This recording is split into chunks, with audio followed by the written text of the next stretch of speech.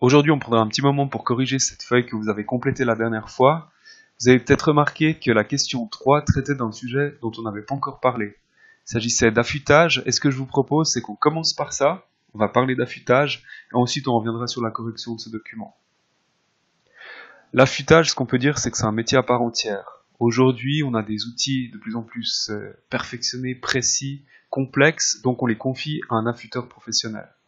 À une certaine époque, on faisait nous-mêmes l'affûtage, mais c'est de moins en moins le cas. Bon, à l'atelier, il arrive quand même parfois qu'on utilise des meules pour affûter les ciseaux à bois, les fers de rabot, si vous en avez encore, éventuellement les fers de porte-outils universels ancienne génération.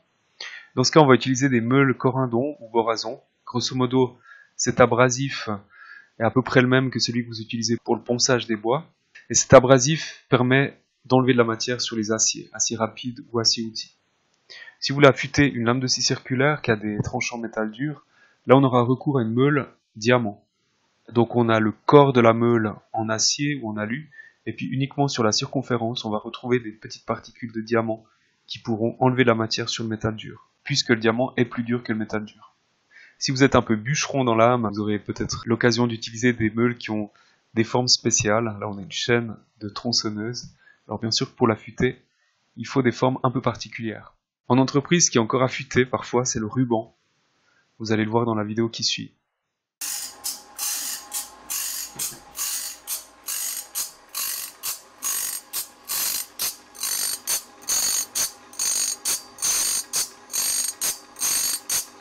Voilà, en général, on place le ruban et puis on le laisse tourner pendant quelques heures. La meule prend ce qu'elle a à prendre et puis une fois que le ruban a fait quelques tours, il est nickel. Il n'y a plus qu'à le reposer sur la machine. Donc c'est un mécanisme assez simple, mais hyper efficace. Alors vous avez peut-être encore ça en entreprise. Et puis parfois un ruban, ça casse. Alors parfois il faut le ressouder. Donc il existe des machines qu'on a encore en entreprise qui permettent d'abouter les deux bouts du ruban.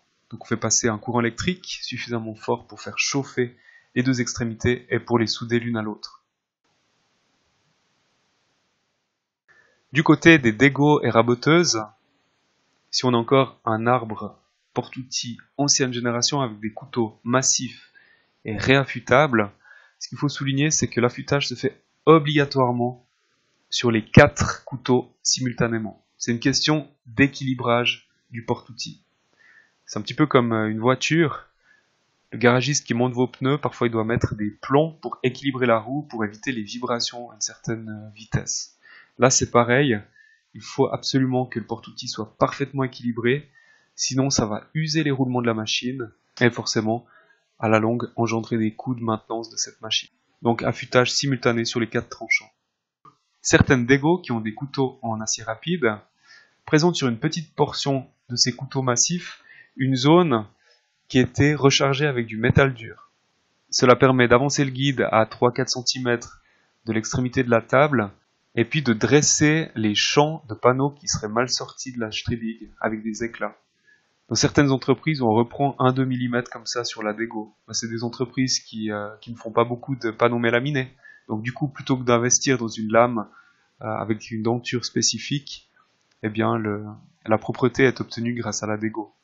Donc du coup, pour affûter ce genre de couteau, il faudra utiliser une meule diamant pour cette zone, et puis une meule borazon pour le reste qui est en acier rapide.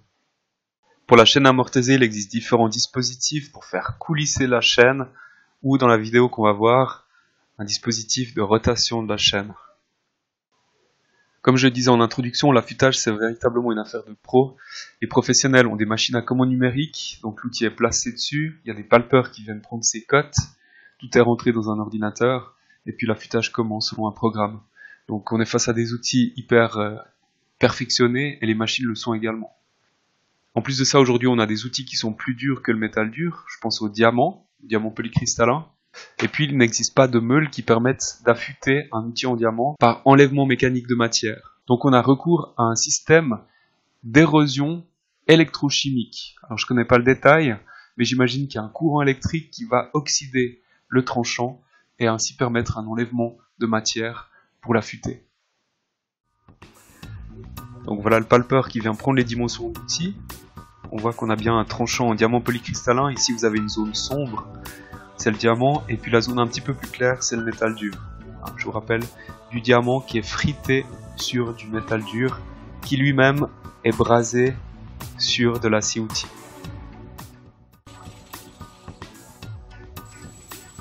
Et voilà l'enlèvement de matière. Donc on a quand même une meule qui tourne, une meule en cuivre semble-t-il, par laquelle un courant électrique doit passer et générer une oxydation du tranchant. Donc un enlèvement de matière qui permet d'obtenir un angle bien affûté. Pour les lames de scie circulaire, c'est le même principe. Là, on a une première phase de palpage. Vous voyez clairement ici le diamant en noir sur la plaquette métal dur un peu plus claire et le corps de l'outil en acier rapide. Donc si on en revient à cette feuille d'exercice, ce qu'il faut retenir pour l'affûtage, c'est simplement qu'une meule diamant permet d'affûter les outils en métal dur, et puis la meule borason permettra d'affûter de l'acier outil, de l'acier rapide, et puis du stellite, un matériau de coupe qui est utilisé en scierie pour le sciage des bois verts. Pour la question 4, c'est un récapitulatif sur les contrôles de sécurité. Donc la gorge d'évacuation des copeaux, qu'elle soit pas trop large, le dépassement de l'arête de coupe, du tranchant par rapport au limiteur de passe, maximum 1,1 mm pour cet outil, quelle que soit son année de fabrication. Pour ces outils ronds, les plus anciens on tolère jusqu'à 3 mm de dépassement et les plus récents 1,1 mm également. On doit avoir des informations sur un outil, la plage des fréquences de rotation pour les outils achetés après 99, ou une fréquence de rotation maximale pour les anciens outils. Quelques repérages sur les corps d'outils, donc les lettres gravées, MAN ou MEC, et puis sur les anciens outils qu'on a pu continuer à utiliser, on les distinguait par une pastille verte ou jaune. Sur les outils récents, on n'a plus cette histoire de couleur, mais c'est sur les anciens, quand on a dû faire le tri, qu'on voulait voir clairement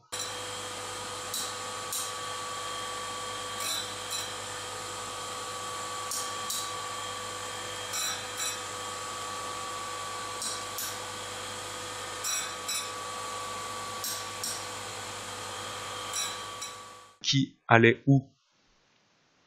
Biffer les outils qui ne sont pas soumis à la réglementation décrite ci-dessus. Alors il y avait tout ce qui était mèche à percer et puis les lames de scie circulaire. MEC ou MAN dans une machine complètement fermée. MEC. Les accessoires de montage sont profilés en grande longueur.